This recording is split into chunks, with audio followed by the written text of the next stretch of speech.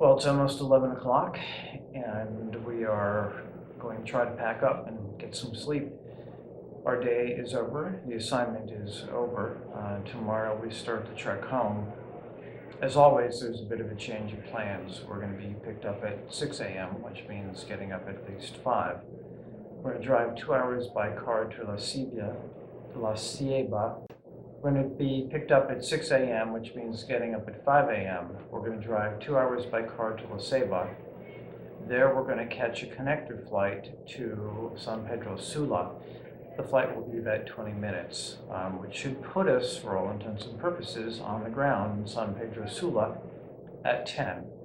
Our flight back to Greensboro, Ontaca to Miami, and then U.S. Air from there on, leaves at 11:30 in the morning. Today was kind of a long day. I'm not sure that we accomplished everything we could have or wanted to, but I think across the board everyone was tired. The heat increasingly took a toll, particularly on JD, and I think we just reached a point where we're running out of things to do. Got some great shots of the sunset again. Saw an old colonial cemetery that we hope to revisit. Gate was locked. I considered scaling the wall, but my spider sense warned me that that was probably not the best thing to do, so we didn't. All in all, I think it's been a very successful trip. We've run into a couple of unexpected technical problems that we're just going to have to focus on going forward. Continue to be impressed with the Ray Flash and its ability to perform, particularly in a documentary setting. All in all, as I said, a very successful trip. As always, a special thank you to our sponsors, Think Tank. The bags came in handy multiple times, particularly wandering the streets of Trujillo.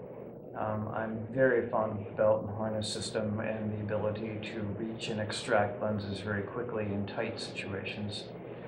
To our friends at Expo Imaging for the Ray Flash and the Expo Disc, both of which we used on this trip. Last night the Expo Disc came in very handy in the restaurant scene for light correction.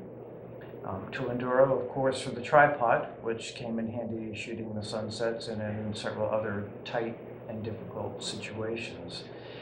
And most of all, again, to Hoodman, one of our oldest sponsors, for cards that just don't fail and keep on working under every situation imaginable.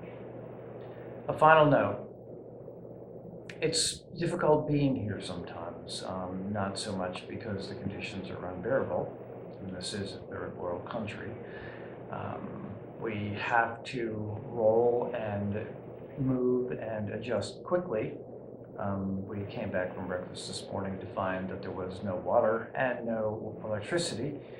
For whatever reason, it had been shut down to the entire city, but largely because it raises the question of how people can make a decision or not make a decision to accept life here in a third world country, and standards which in the United States would be considered worse than abject poverty.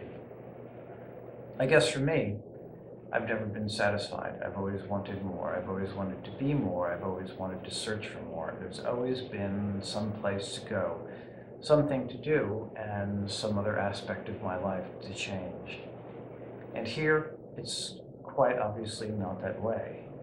People live the way they've lived here for several hundred years. Since 1502, when the area was settled by the Spanish, when Columbus came here on his last trip to the New World, very little has changed. Very difficult to understand that. Anyway, we'll sign off now. We have packing to do, sleep to get. It's going to be another long day tomorrow. We're due back in Greensboro at approximately 11:30 Greensboro time, so it's going to be about 14 hours of travel. We'll sum it all up when we're on the ground there. Good night.